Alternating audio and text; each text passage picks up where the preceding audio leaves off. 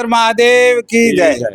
આ તપોભૂમિ લગભગ 1305 અમારા વડવાઓ 750 વર્ષ પહેલા આવ્યા ત્યારની આને આ વહેતી ગંગા ચાલુ છે અને લોણેશ્વર મહાદેવ દર શ્રાવણ મહિનામાં સોમવારે પ્રસાદની વ્યવસ્થા હોય છે અને આડે 365 દિવસ 2 ટાઈમ અન્નક્ષેત્ર ચાલુ છે સગત માતા અને લોણેશ્વર મહાદેવ 2 જગ્યાએ।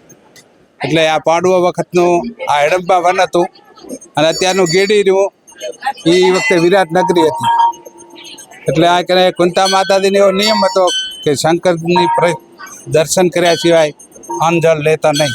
એટલે આ પાડવો વખતથી પ્રતિષ્ઠા કરેલી છે અને આ વહેતી ગંગા ચાલુ છે। આ વહેતી ગંગાનું એક મહાત્મ છે કે દિવસ ઉગે અને હાથમે મંદિરની ધજાનો છાંયડો જેટલે પોગે એટલે ગંગાજી જમીનમાં અલ્પ થઈ જાય અને 24 કલાક 12 માસ।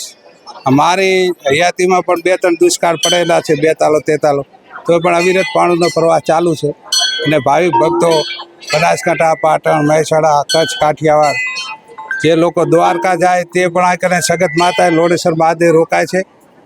જે બનાસકાંઠામાંથી અને ધાનેરા વિસ્તારમાંથી તે દ્વારકા જાય એ પણ આ વિસ્તારના લોકો અહીં રોકાય છે।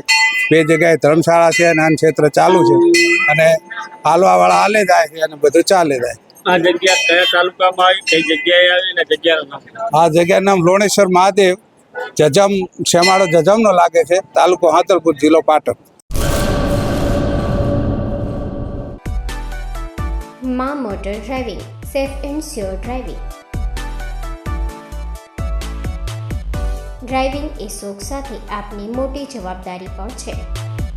અમારા ઇન્સ્ટ્રક્ટર દ્વારા સચોટ અને સરળ માર્ગદર્શન।